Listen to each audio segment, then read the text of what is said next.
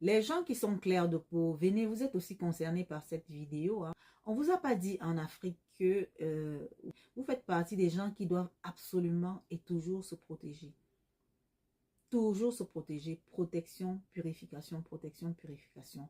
Bref, décembre n'est pas le mois de la fête, pas le mois où les gens doivent partir dans les grands rassemblements, aller fêter, faire les traversées, de je ne sais pas quoi. Non. Décembre, c'est la période du vol d'énergie pour les gens qui se nourrissent des énergies des autres. La période où les gens qui se nourrissent des énergies des autres se promènent pour aller se servir en fait. L'être humain est un amas d'énergie positive ou négative. Et les personnes lumineuses, c'est la période où il faut vraiment faire attention. Si tu es créatif, tu veux réussir sans faire du mal à l'autre par tes propres efforts, tu fais aussi partie des proies. Parce qu'il y a une force en toi, une force de créativité, une force lumineuse, une force de battante. Et les personnes qui ne sont pas capables d'avoir ça cherchent à se nourrir de cette forme d'énergie. Les élus, les choisis, les artisans de paix, les artisans de lumière, toutes ces personnes-là doivent tout le temps se protéger, se purifier, se protéger. Mes premières vidéos parlent de purification, la purification au sel, et plusieurs formes de purification que vous pouvez faire vous-même. Vous n'avez pas besoin d'aller chercher quelqu'un pour vous faire des purifications. Il y a aussi quelques vidéos de protection que tout le monde peut faire. C'est seulement quand le cas est déjà assez grave, si la personne a été attaquée par des entités, que ça nécessite un apport extérieur. Sinon, si la personne fait régulièrement ses purifications, ça devrait aller. Durant cette période de décembre, l'idéal est de faire sa purification. La purification au sel, particulièrement la purification des membres extérieurs, ça veut dire les pieds et les mains. Ok?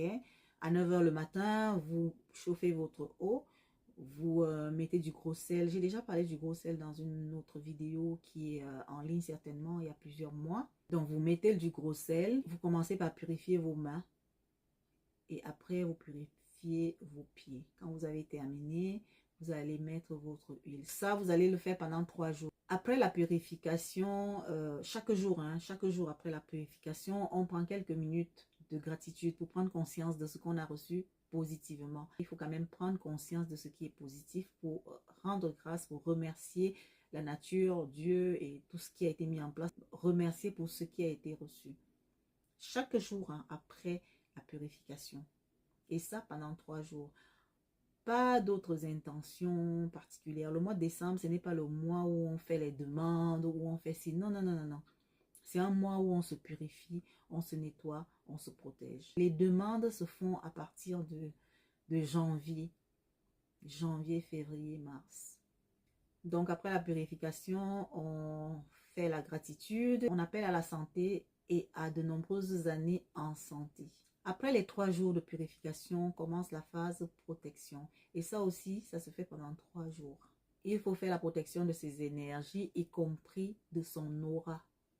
Parce que c'est à travers l'aura que les gens arrivent à capter votre énergie. Ils arrivent à voir réellement ce que vous vibrez, la lumière que vous dégagez. Et c'est à travers cette aura-là que les gens vous attaquent.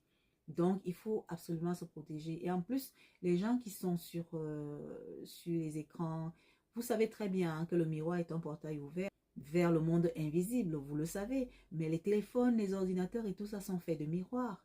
Donc, quand j'entends les gens dire « Oh, TikTok, c'est ceci », c'est pas une histoire de TikTok, c'est que le téléphone est un portail ouvert. Et après, il y a toutes sortes d'énergies, toutes sortes d'entités qui passent à travers cette connexion-là, parce que c'est un objet de communication. Donc, c'est important de prendre conscience de ça, de ce qu'on a, de l'objet qu'on a, pour mieux savoir comment s'en servir et ne pas tomber dans certains pièges. L'aura est une énergie. Quand les gens font les bains spirituels, c'est une façon de nettoyer l'aura. L'aura est une énergie. Quand une personne brille, a des vibrations, tout le monde l'approche, tout le monde l'acclame, que cette personne-là l'est de manière naturelle sans avoir fait des pratiques pour contraindre les autres à l'aimer, c'est son aura qui dégage ça.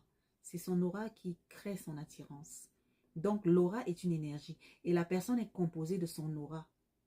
Et n'oublions pas que le corps humain est une énergie. Donc quand les gens qui se nourrissent des énergies des autres, forcément, ils vont aller chercher l'énergie sur les personnes.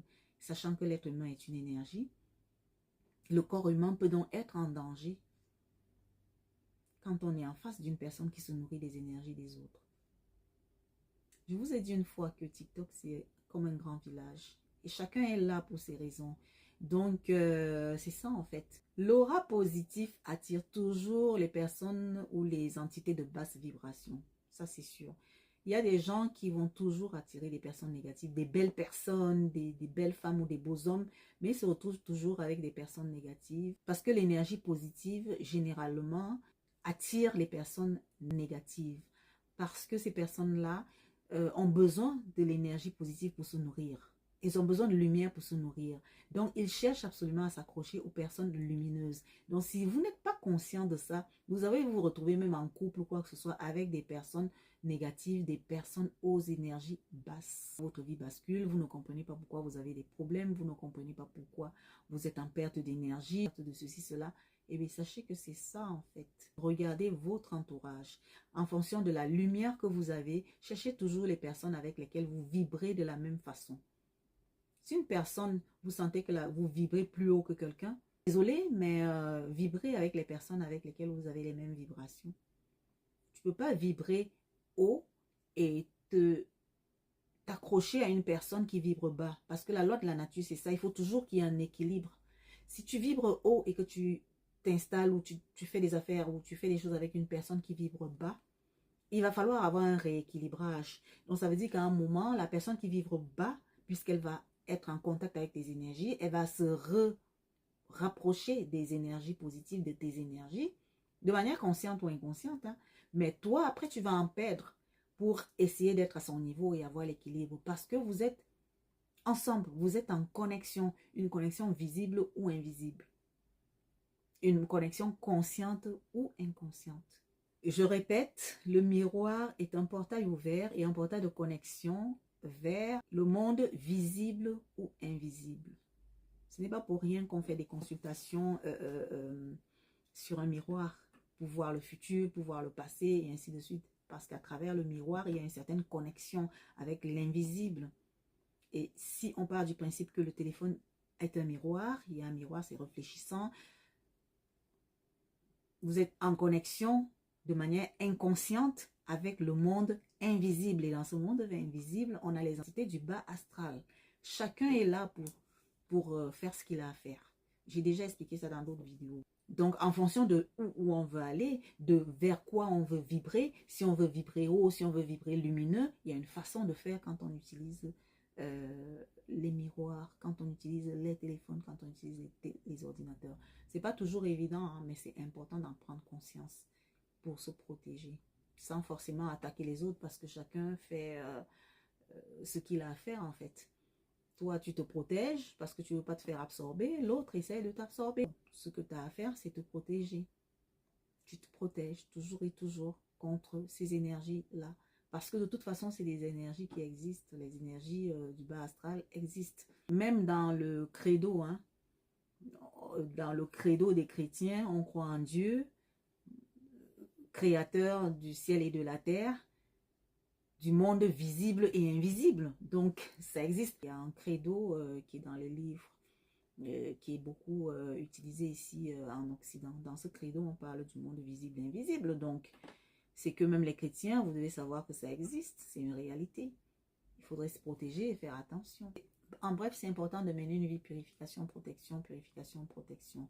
Et si tu ne l'as jamais fait de cette façon-là, ça va tout seul, on n'a pas besoin de quelqu'un. Mais si jamais tu as l'impression de te sentir attaqué, de te sentir fatigué, ben ça prend une aide supplémentaire. Mais il faut s'assurer que la personne vers qui on va sert vraiment la lumière. Parce qu'il y a beaucoup de personnes qui présentent une couverture de lumière alors que c'est autre chose, hein. Ils servent autre chose, mais ils donnent une apparence de lumière parce qu'on sait qu'il y a beaucoup d'élus, beaucoup de choisis, beaucoup de personnes, artisans de lumière ou de paix, qui vibrent la lumière, qui vont être attirés. Mais ce n'est qu'une apparence. C'est pour ça que c'est important de bien identifier, d'être toujours en méditation ou en prière pour avoir le discernement de avec qui on est, avec qui on parle, vers où on s'en va, dans quelle église on va prier, parce que ça encore c'est autre chose. Il y a des églises vous ne savez pas ce qu'il prie. Vous ne savez pas qui est derrière. Donc, si vous n'avez pas le discernement, vous allez toujours partir et vous faire absorber de cette façon-là. Et finalement, céder votre âme sans le savoir.